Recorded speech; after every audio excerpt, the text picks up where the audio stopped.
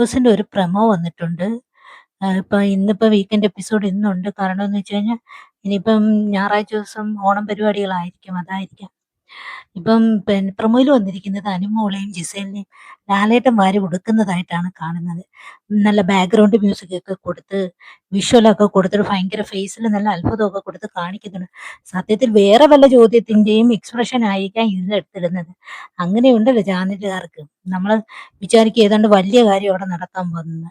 അഥവാ ഇവരെ ചോദ്യം ചെയ്ത് നല്ലത് കൊടുത്താൽ നല്ലത്. കാരണം എന്ന് വെച്ച് കഴിഞ്ഞാൽ നമുക്കറിയാൻ പറ്റത്തില്ല എന്താണ് ഇവിടെ ചാനലുകാർ ഉദ്ദേശിക്കുന്നത് എന്നുള്ളത്. നമ്മൾ വലിയ കാര്യത്തിൽ പ്രതീക്ഷിച്ച് കാണാതിരിക്കുമ്പോൾ അവർ കാണിക്കുന്ന വേറെ വല്ലതുമായിരിക്കും. അഥവാ അങ്ങനല്ല ഇവർക്ക് പണിഷ്മെന്റ് കൊടുത്താൽ അത്രയും നല്ലത്. ജിസേലിന്റെ അനുമോളിലും കൂടെ ഒരുമിച്ച് നടക്കാനുള്ള അവസരവും കൊടുത്തിരിക്കണം. അതാ ഇതിനേക്കാൾ ബെറ്റർ. അത് മാത്രമല്ല ജിസേലിനും അനുമോൾക്കും മാത്രമല്ല കുറേ പേര് അതിനകത്തുണ്ട്. കുറേ ബാഡ് വേർഡുകൾ ഉപയോഗിക്കുന്ന കുറേ എണ്ണമുണ്ട്. എല്ലാത്തിനെയും പൊക്കണം.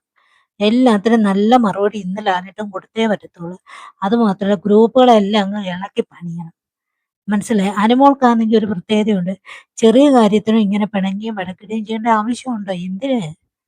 ഇത് ജിസേലും അനുമോളും തമ്മിലുള്ള ഈ രണ്ടുപേരും ഭയങ്കര ശത്രുത.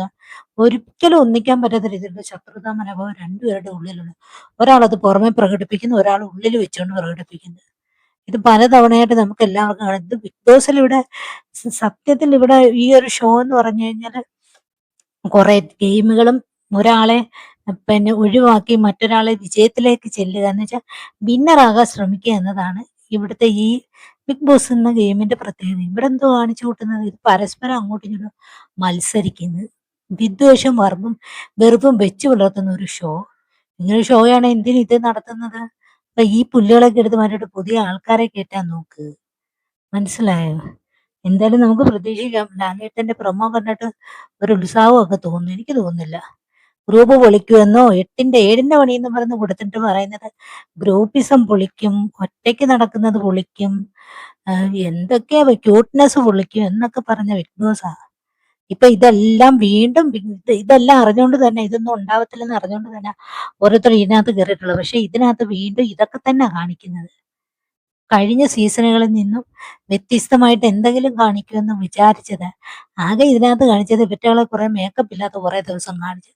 അത്രേ ഉള്ളൂ. അങ്ങനെ കാണിച്ചിട്ട് പോലും ഒന്നിനും ഒരു സ്പിരിറ്റ് ഇല്ല. ഗെയിമാണ്. ഇതിൽ എനിക്ക് വിജയിക്കണമെന്ന് ഒരു തോന്നലും ഒറ്റ ഒരെണ്ണത്തിനും ഇല്ല.